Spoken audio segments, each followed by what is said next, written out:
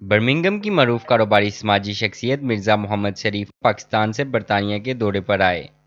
جیہلم forum کے مرکزی صدر ڈاکٹر عصمت جاوید کے اعزاز میں استقبالیہ تقریب کا اہتمام کیا، جس میں معروف شخصیت الیاس گوندل سمیت برطانیہ بھر سے جیہلم فارم کی مقامی برانچوں کے عہدیداروں نے خصوصی طور پر شرکت کی۔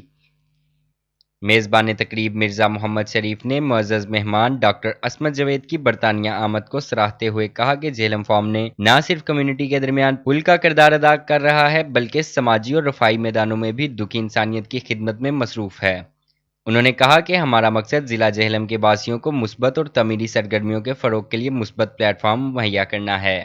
ڈاکٹر عصمت جاوید کی سرپرستی اور رہنمائی میں جیہلم فارم ترقی کے سفر پر گامزن ہو چکا ہے۔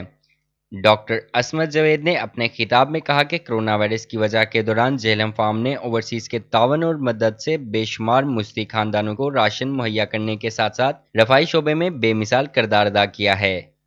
تقریب کے دیگر شرکاء نے کہا کہ جیہلم فارم ہر میدان میں انسانیت کی بے لوث خدمت اور مثبت سرگرمیوں کو فروغ دے رہا ہے۔ برطانیہ بھر کی مقامی تنظیمیں احسن انداز میں کام کر رہی ہیں۔